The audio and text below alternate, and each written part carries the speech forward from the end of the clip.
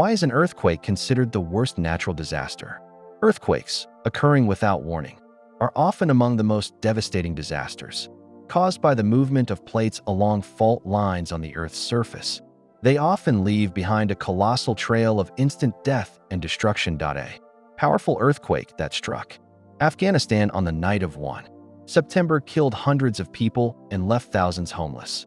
Rescue operations in the region were hampered by terrain and rockfalls that blocked roads.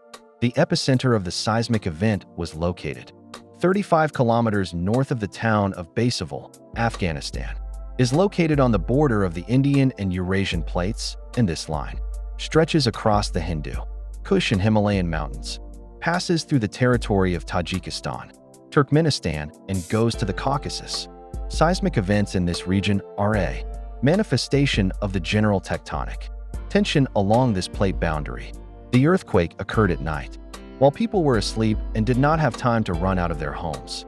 This partly explains the high number of casualties. After the earthquake in the eastern part of Afghanistan that killed more than 2,000 people, a magnitude 5.6 earthquake has struck in the same region. The U.S. Geological Survey reports that the epicenter of the magnitude 5.6 earthquake, which occurred at 2030 local time, was located 14 kilometers east of the central part of Nangarhar province. The city of the depth of the earthquake was 10 kilometers. The extent of the damage has not yet been reported. In the eastern part of the country, on the border with Pakistan, on Sunday evening, August 31st, an earthquake with a magnitude of 6 occurred, from which Kunar province was most affected. According to the latest data, the earthquake killed 2,205 people and injured 3,640. On September 2nd, a magnitude 5.2 earthquake struck 34 kilometers northeast of the city of Jalalabad. Role and tasks of doctors and medical staff. Doctors, both local and international, arriving as part of UN missions, Médecins Sans Frontières and other NGOs, will fulfill a wide range of vital functions. 1. Triage.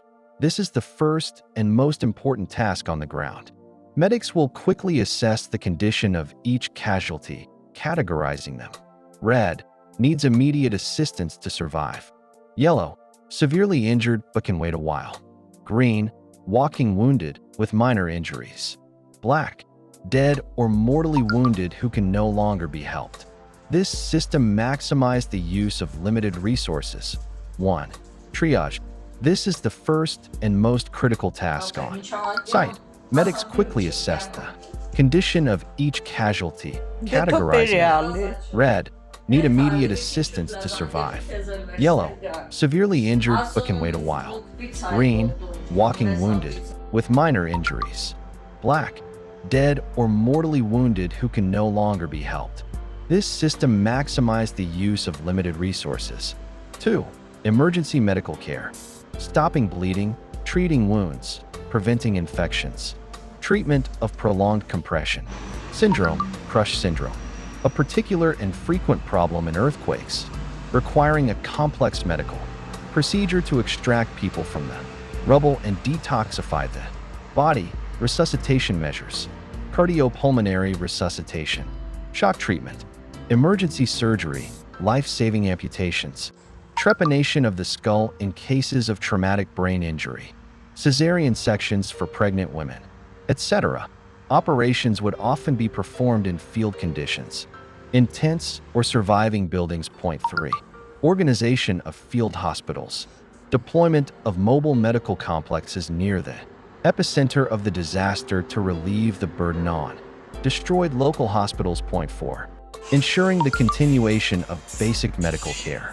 In addition to treating injuries, it was important to ensure the functioning of maternity wards, vaccinations, especially against tetanus, and assistance to people with chronic diseases, diabetes, heart disease, who required daily medication, psychological first aid, working with acute stress, shock, and trauma in survivors, especially children who have lost their families. Role and tasks of volunteers. Volunteers would be the hands and feet of the rescue operation. Their efforts would be invaluable in a hypothetical Scenario of an earthquake in Afghanistan in 2025. Doctors and volunteers would become pillars of hope and salvation. Their roles would be complementary. Doctors would fight for every life in a medical sense.